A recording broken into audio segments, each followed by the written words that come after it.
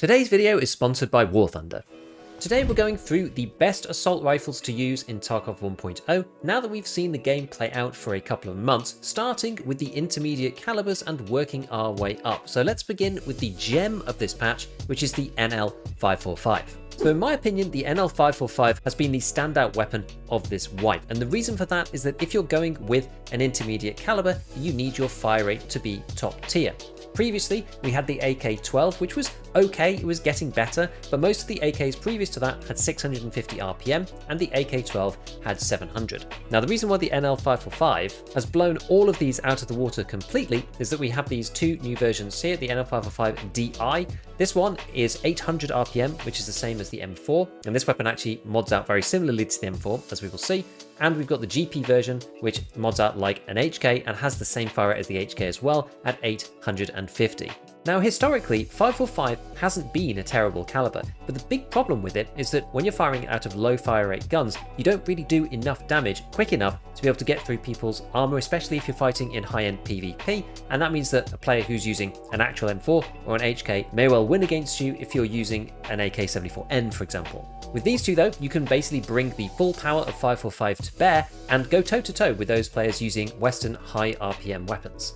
One thing that does surprise me about these as well is that they have a kind of intangible feels good to shoot factor to them. They just feel great when they fire. And there's something about that in Tarkov. I know that, for example, the M4 and the MCX that we're going to look at a little bit later, the MCX has always had a bit of a bad rap just because of how it feels. There's something about the animations that don't feel quite the same and snappy as the M4, but with the NL545s, it feels so good to fire. So both of these weapons can be bought at level 25 from the flea market. So once you get there, you can just buy them straight here. You don't need to worry about trader levels, which really does help quite a lot.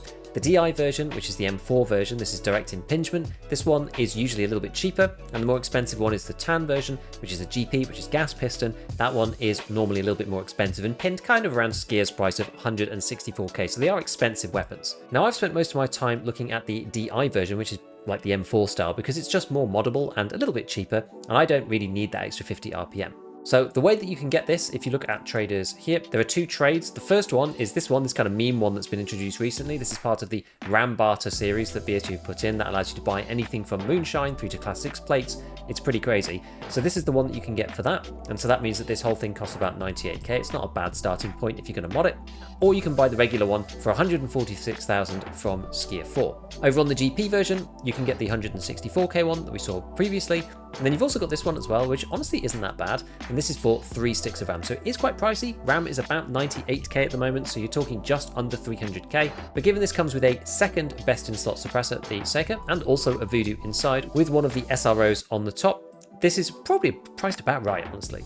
This gun is pretty much good to go already. As I said, this is the HK version with 850 RPM. To be honest, you don't need to fiddle with it too much. This will actually work okay. If we compare it to making the full meta version, you can reduce the recoil a little bit and increase the ergo by a little bit as well. If we move over to the G-Lock and the M4 SDK, removing the vertical foregrip, we can have a look and see which ones are best for recoil, which is this guy, the M416 Crux, and onto that we can put AFG M-Lock grip. Make sure that you swap over to a Growl. That's probably where you're going to get your biggest change, just in terms of ergonomics. And then on the back, you can technically swap this over to an ARE, and then whatever you want really, an MOE would do. Once you've got it into this configuration, this is pretty much where you need to be.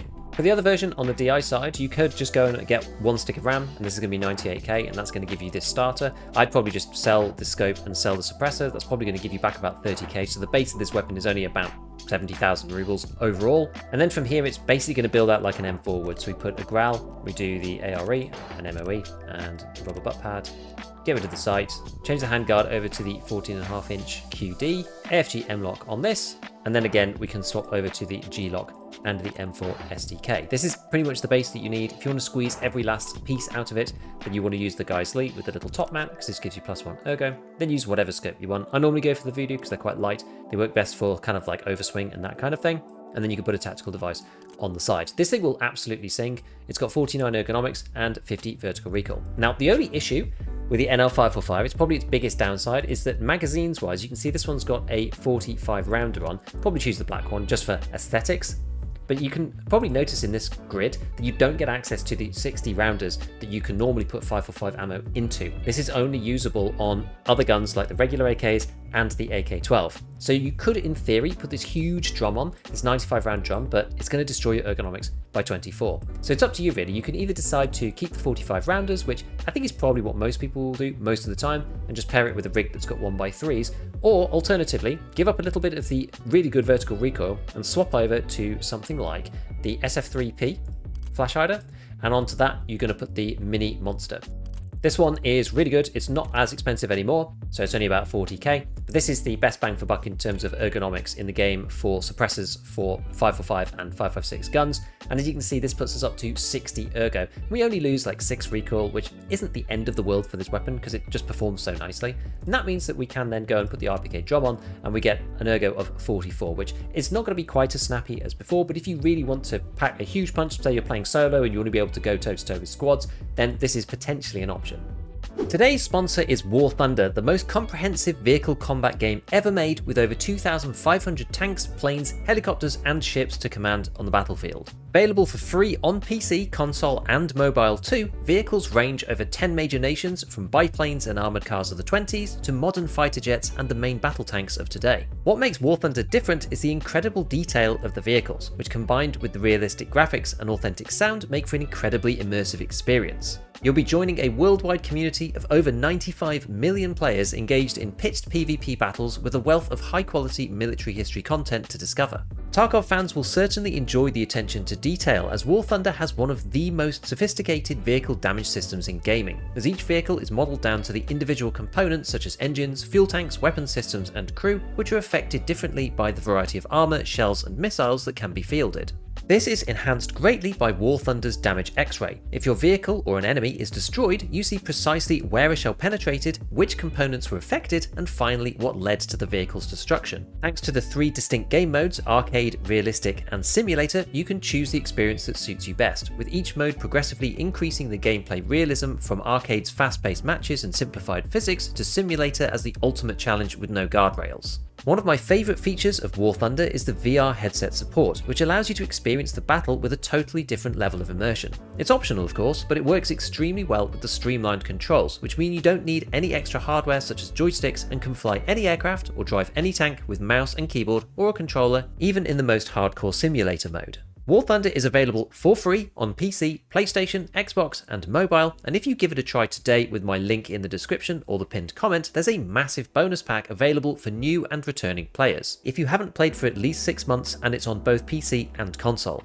Available for a limited time only, this includes multiple premium vehicles, an exclusive vehicle decorator, the Eagle of Valor, along with 100,000 Silver Lions and 7 days of premium account. So go and grab that today with my link below before it's gone and get stuck into the action. There are a billion bits of ammo for 545, the chart has become absolutely huge these days, and the best ammo that you can buy without messing around with quests is BT from Prepper level 4 or on Prepper level 2 as a barter.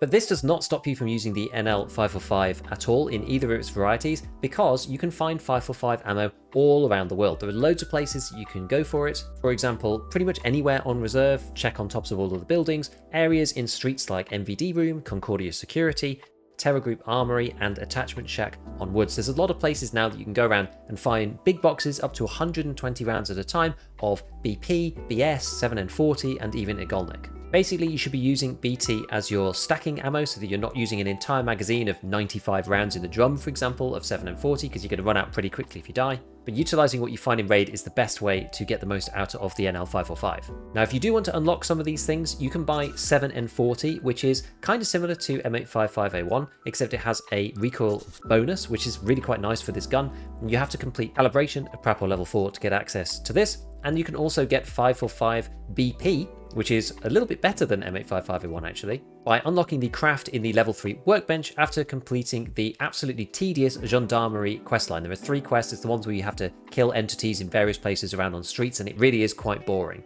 But if you do really want to have a constant supply of these things, then you can go and do those quests to go and complete it. I do want to make a quick note about boxes of ammo at this point, because BSG keep flip-flopping on ammo boxes. You were previously able to buy boxes of BT off the flea up until very recently, and then they removed it, and then they added it back again, and now they've removed it again. There seem to be quite a few issues. The first time we had basically a bug where you could empty the box down to 1 and sell it, then they removed it and then they brought it back, but then it seemed that people were able to duplicate ammo by listing it on the flea and then cancelling it, so they've removed it again. I do hope that the ammo boxes do come back to the flea, because I thought it was a nice mechanic so that people who were at the right level, up to 25 or 30 or something, to be able to accelerate their progress a little bit on ammo that's not meta, but better than the rubbish that you get available down at the low levels. But naturally, you have to pay quite a significant premium for it, but it makes quite an interesting economic choice for players. So if you choose your ammo right and you have a good set of it, you can absolutely annihilate both people and heavily armored bosses with the NL545. I went into interchange specifically to go and kill Killer, and I had some Igolnik top loaded on there so I could get through his helmet, and it just absolutely wrecks with the fire rate on there. It's a disgusting gun, and it's probably the standout of this entire patch so far.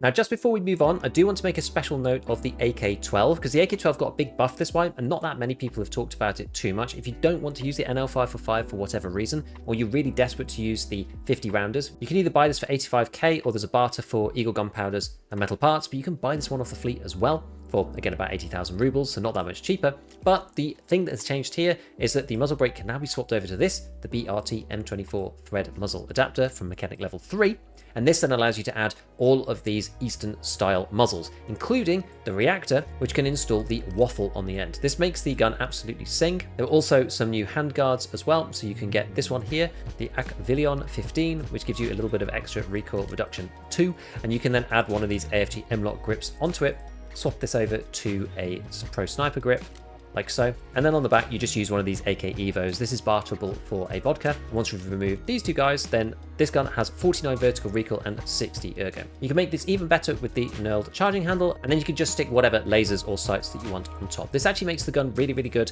And as you can see, you can put the 60 rounder onto this with about 50 ergo. So this is a really nice option at this point. And 700 RPM is not to be sniffed at. It's okay. It's not that bad. It's not as good as the NL545s, but it's all right. Next up, we're going to look at the M4, an absolute classic and one that is still pretty good, although the ammo availability does make it a little bit tricky.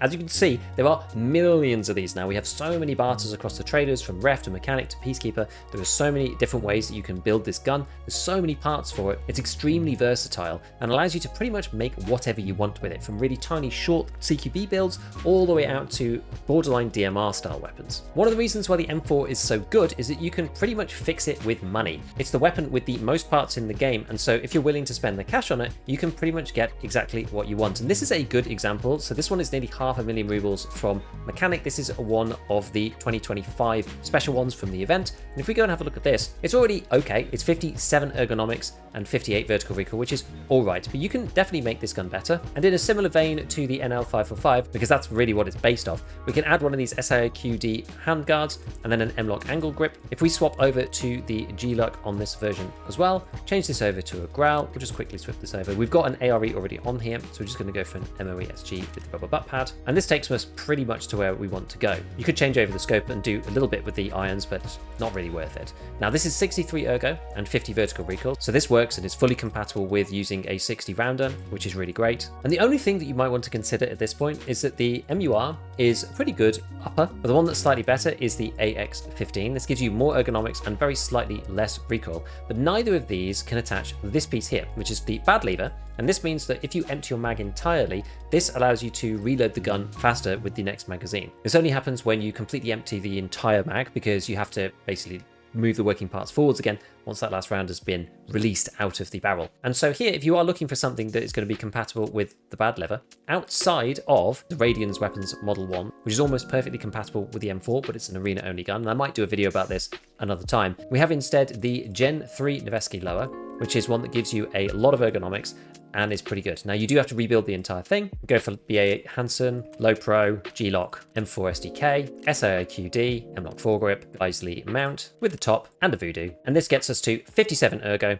and 52 vertical recoil. This is extremely good as a weapon, and the reason why the M4 is so good is it pretty much ticks off the boxes that you want. There's 5 boxes that you want for a weapon to be a meta weapon, and that is it to be suppressed, to be able to use an LPVO, to be able to use a drum mag, and to have low recoil and have high ergo.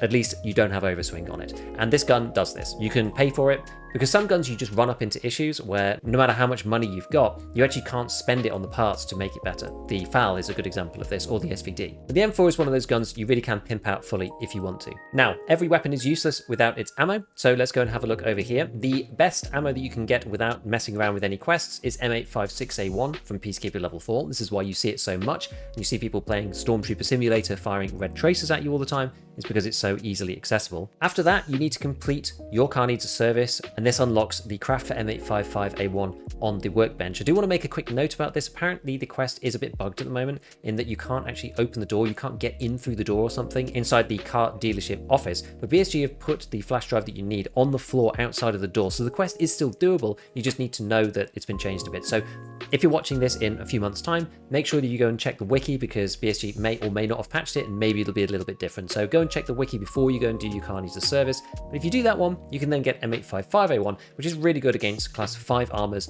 and going through class 4 helmets. The other two are only found in raid, but they don't matter that much because 55A1 is pretty good with the M4's fire rate. There is one other way to get it, which is on ref level 4. There's been an ammo box recently added for ref with 50 rounds for only 15 GP coins. So that's pretty good, honestly. That's not that bad. GP coins are a bit more scarce than they used to be because you need 500 of them to buy thick cases now. But if you do really need a little bit of a top up and you need to complete a quest with the M4, then maybe that could be an option as well if you're an arena player. As a random aside, it's kind of interesting that there isn't a 545 ammo on ref that's any good. The best you can get is PP. There seems to be one for pretty much every other caliber. You can get M61, you can get M855A1, you can get SP6, you can get 762 VP, but you can't actually get anything for 545, it's only PP. Maybe it's because it's so plentiful in raid, I don't know. Just something to think about. Okay, so with 545 and 556 dealt with, we're going to move up a little bit in cartridge power and go to the SIG MCX Chambered in 300 Blackout. Now, there's quite a few options that you can get on the flea market. There is a nice lower that you can get from Skier, so that allows you to repair the gun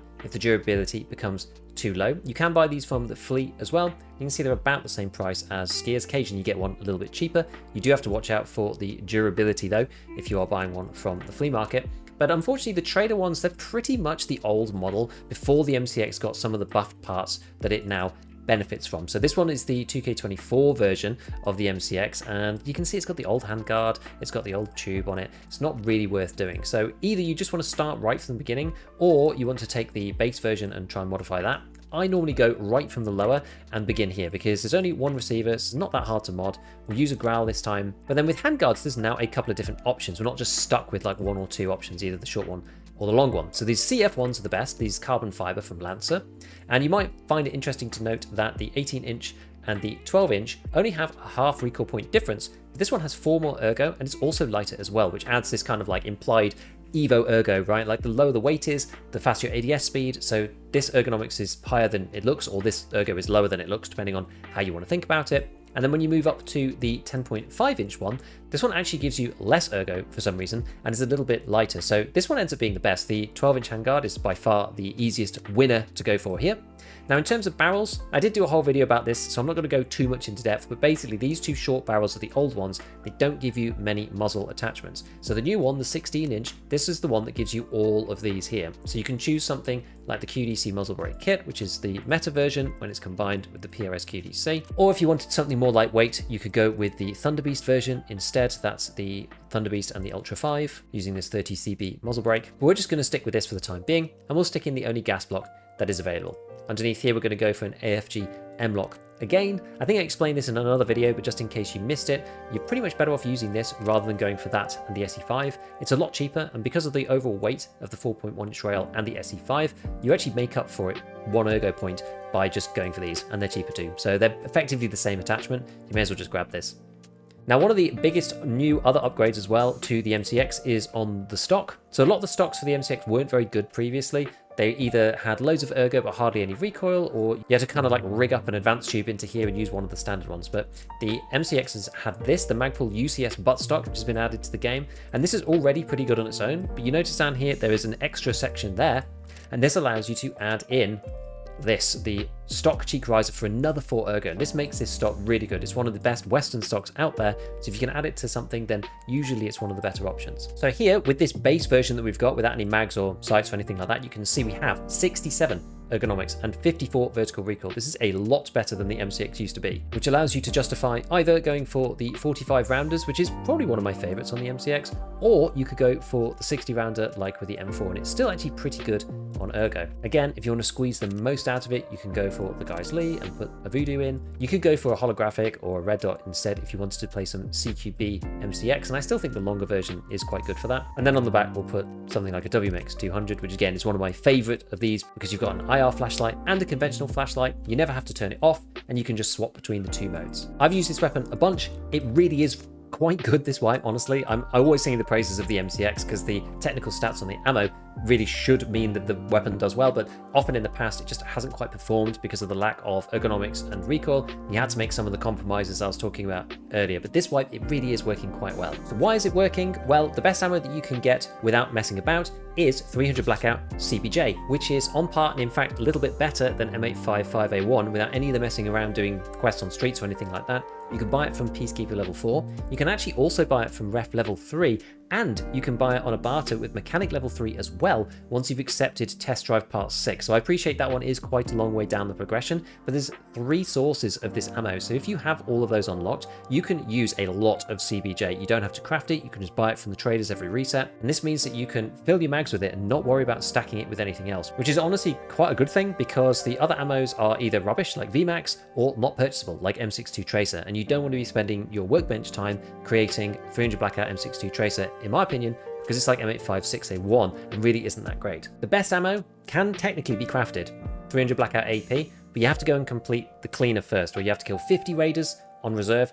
It is a lot. If you want to do that and have a really nice source of borderline 762 BP level ammo coming out of an 800 RPM gun that has just been buffed with a load of new extra parts, then this could be one for you, especially given that we're now in a permanent PMC wipe, which this account is never going to wipe. And so you're going to be able to get this and keep it forever if you go and complete that task. So one for the long-term Tarkov bucket list. Moving up to the next caliber, we are looking at 762 by 39. And the 2 best weapons in this category are the Mutant, the Mark 47, or the RD704. Now, I'm a little bit biased here, and I think you should buy both of these weapons off the flea, by the way, because you can get them at level 25. But my issue with the Mutant, people have always sung the praises of this gun, but if you're not using the longest barrel, then you can't really attach any good muzzle brakes. The problem is, though, if you do this, to try to make this weapon meta is a little bit tricky. We'll add the PRS QDC, as we did before. The RSS handguard completely destroys your ergo, so I think you're probably better off with the Lancer. But then once you've added the CMMG, you've got one of these vertical foregrips. We've then got to try to add some kind of stock, and you don't really have that many good stocks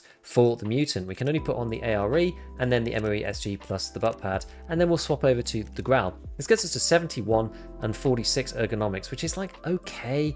I'm just really not that keen on the Mutant, honestly. I just feel that you have to make some compromises. One other thing about it as well, once you've added one of these holographics to the top, or you can use a variable scope if you want, then we can look in here and we're going to see the same problem that we had with the NL545 on the Mutant, which is that you can't use the 50 rounder. You can go for a 40 if you want, but you can see that the ergonomics is getting pretty low on this as well. Yes, you could make a shorty version, but then you're restricted on handguards. I just feel like there's too many compromises with the Mutant, but I know some people like it, so I did want to put it in here. So I didn't want to bias it. Now, you do suffer a little bit with the RD704 from the fire rate. It is not a quick firing weapon. You can see they're really cheap on the flea market, so I think they're a bit out of favor, to be honest, but I honestly think that they're quite good. They're still one of my favorite guns. It's 600 RPM. 762 BP is pretty strong, but the difference about this weapon is that you can build it in the way that I was talking about with the M4 previously. So again, we've gone for the QDC and the PRS QDC here. But the beauty about this is that you can use some of the best stocks in the game, because this is more on Eastern pattern than the Mutant is. So you can use the Zhukov S, which is amazing. And from here, you can use the sniper grip. You can add one of these knurled charging handles. And once we take off the iron sight, we can put on the Bastion as a classic.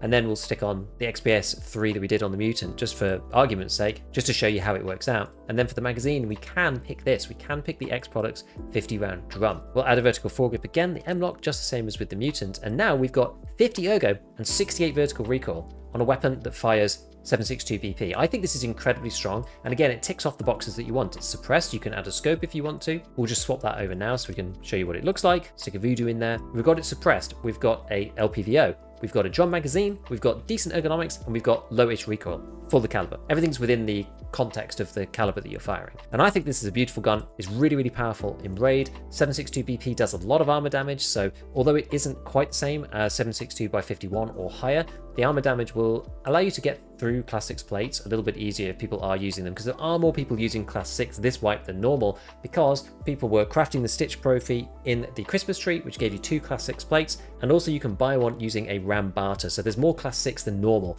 in Tarkov at this point in the wipe. Now interestingly, the RD704 actually is compatible with the same stock as the MCX, which I thought was quite interesting. You use this thing here, I've not seen this before, the Samsung rear trunnion folding stock adapters. You put that on, and then you can add the UCS and its little cheek pad. But this shows you the pure power of the Zhukov stock in that it's actually better. So you get 1 less ergonomics, but you get 4 less vertical recoil. So this just completely overpowers that in stats, in my opinion, and is way better. It just shows you how good those Eastern stocks actually are. So onto the ammo again. The best ammo that you can get for this is 7.62 PP without doing any quests over on Prapor level 4. And this one is actually not quite as good as some of the other ammos in this particular no quest category. It does good damage with 59, but with 41 penetration power, it will have a little bit of a challenge through class 5, which is not really what you want, although it will deal easily with class 4 helmets, so that's not too big of a problem. After that, you then have the legendary 7.62 BP, 58 damage and 47 pen. That will deal with class 5 no problem, and it does have a decent chance of killing players with class 5 armor in only a few hits, which is superior to all the calibers below it.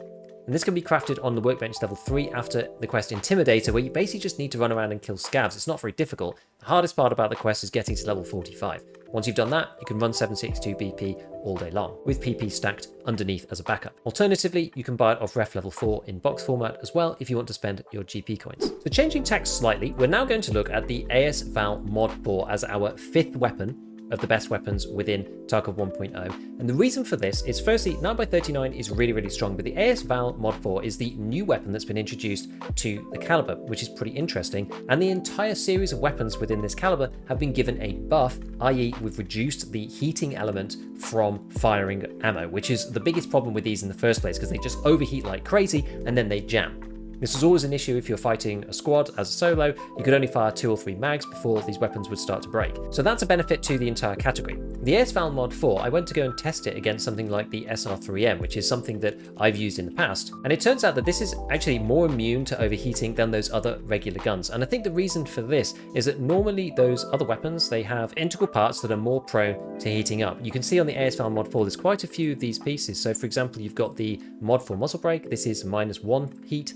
Mod 4 jailbreak, this is -5 heat. You've got the Mod 4 kit handguard, this is -8.9% heat, which is quite a lot actually. And I haven't gone through and added it all up, but when you test it in the shooting range, you can see that the SR3M basically jams at the end of the 3rd mag, whereas the AS Val Mod 4 can fire 4 full mags without jamming. And I think this is quite a big reason to run this gun over something like the SR3M. Now, the elephant in the room is the fact that you do have to do a quest to even unlock this weapon in the first place, one that I haven't bothered doing. You basically need to kill 20 PMCs from over 50 meters away using a 9x39 chambered weapon. Once you do that, you can barter for this gun using mechanic and then go and build it out. Now, something that's interesting about all of the 9x39 guns is that the recoil is so low. When you do changes to them and you move the recoil up and down, because it's so far underneath 50, you just can't even see it, even when you're shooting it and you're trying to compare one for another. So really, I think you should mostly focus on ergonomics, or even just not really bother, because it doesn't make that much of a difference.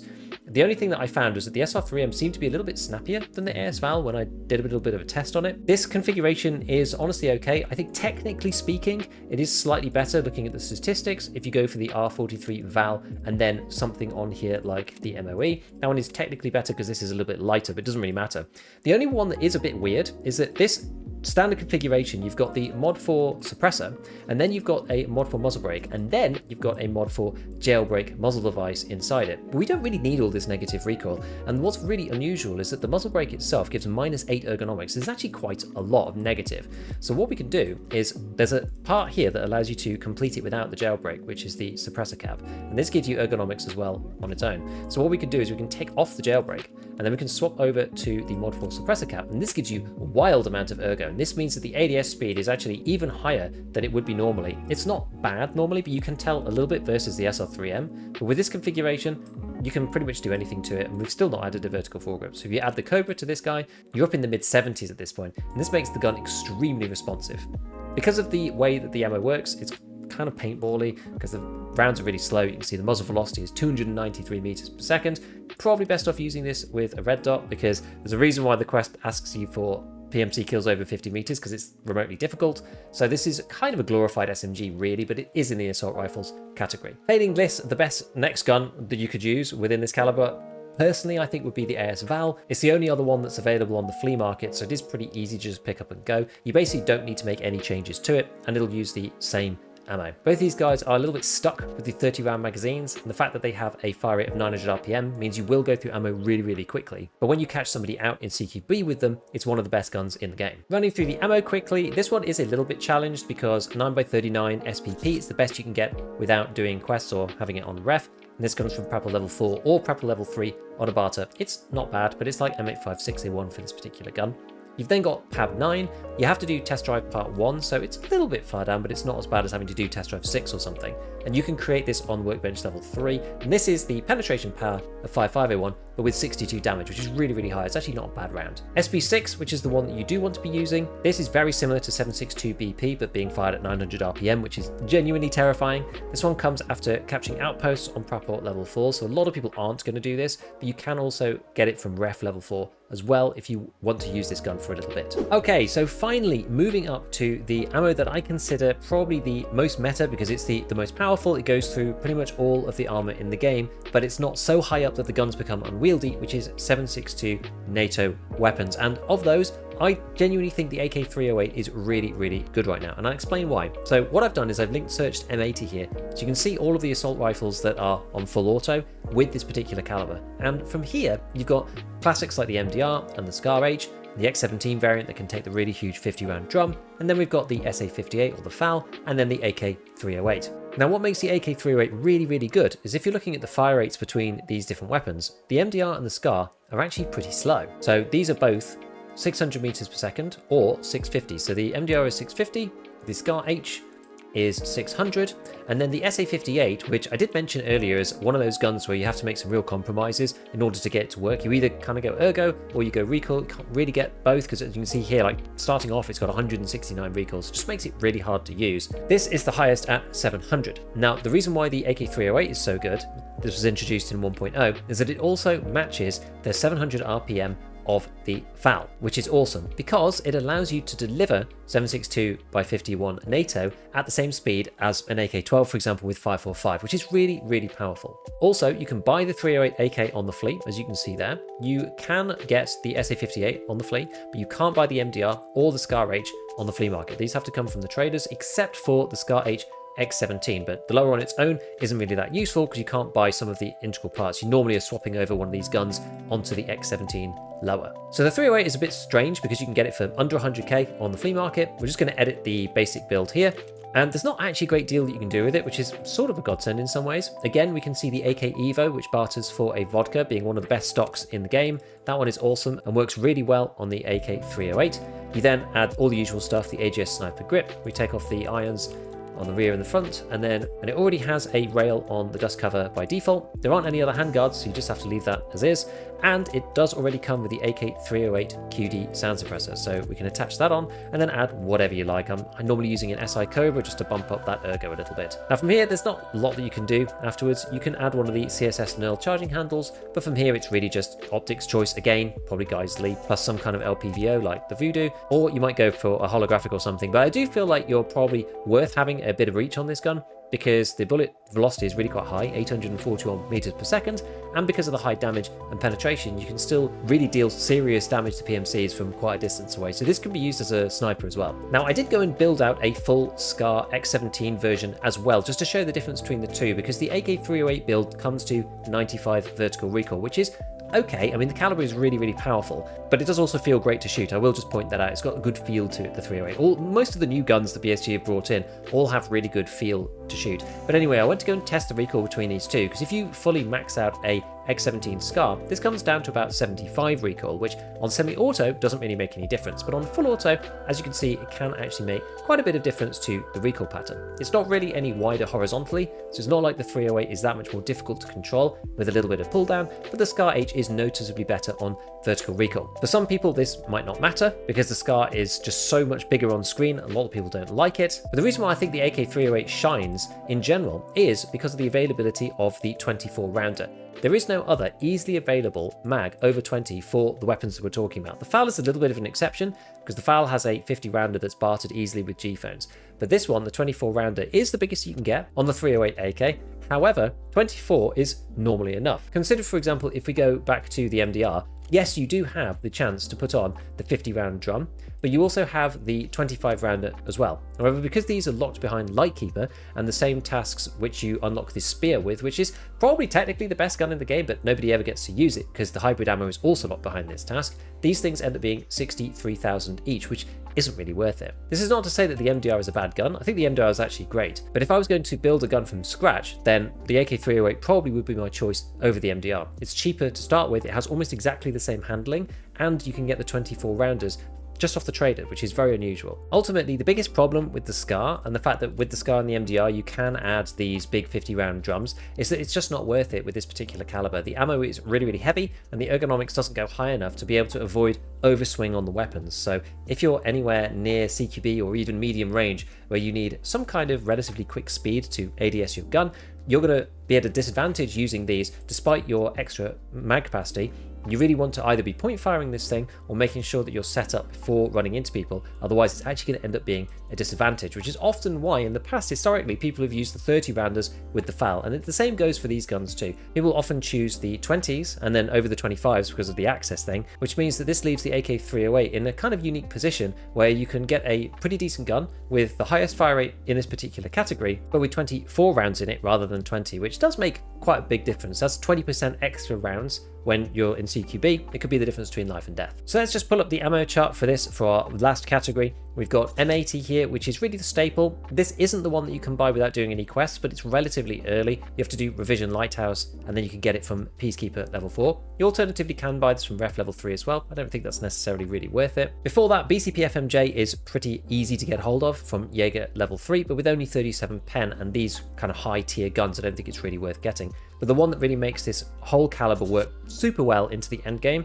is this craft here for M80A1. You have to complete Wet Job Part 6 with Peacekeeper, which is a little bit far down his quest line, but then you can craft it at Workbench level 3, and it's not difficult. It uses M80, so you need that unlocked anyway to be able to do it, but with 75 damage and 55 pen, being able to put it into 24 rounder magazines whilst on full auto, with a weapon that performs nicely and doesn't have overswing, even with a suppressor, is genuinely one of the best guns in the entire game. I love the 308, I've actually really enjoyed it. It's one of my staple run and gun weapons that I've been using in 1.0. And I think that if you haven't tried it yet, I think you should, especially given that you can buy it on the flea market. If you wanted to give it a teensy little boost, you could go and get M61 off Ref. There are some boxes of 20 over on him. They're not super cheap, they're not super expensive anymore because BSG did bring the price down a bit. And this has 60 pen, so if you think you might be going against players with class 6, this will definitely go through and kill in 2 hits no matter what. M80A1 is probably more like a 3 hit because it'll go through on the second hit most of the time, but sometimes not on the first shot because of the 55 pen. So M61 really is only useful if you know that you're going to go against high tier players, maybe if you're going into Labyrinth or something like that, or maybe even just taking it to Terminal, maybe worth an upgrade from Ref to go and grab that. But for the rest of the time, just craft as much M80A1 as you can in Workbench level 3, and then you can use really any of these guns, but definitely give the 308 a try. I think it works super, super well. Thanks to War Thunder for sponsoring this video. Don't forget to use my links in the pinned comment or video description to play it for free on PC, PlayStation, Xbox, or mobile. New and returning players that haven't played in 6 months do get the massive bonus pack on both PC and consoles, including multiple premium vehicles and other goodies. It's available for a limited time only, so make sure not to miss it. So next up, if you haven't gone to watch my new updated armor guide for 1.0 to show you how you can get class 6 in every single raid, go and look at this link here, which I'll put up there, and go and watch it now. Otherwise, as usual, a big shout out to all my patrons, and as always, have fun in your raids.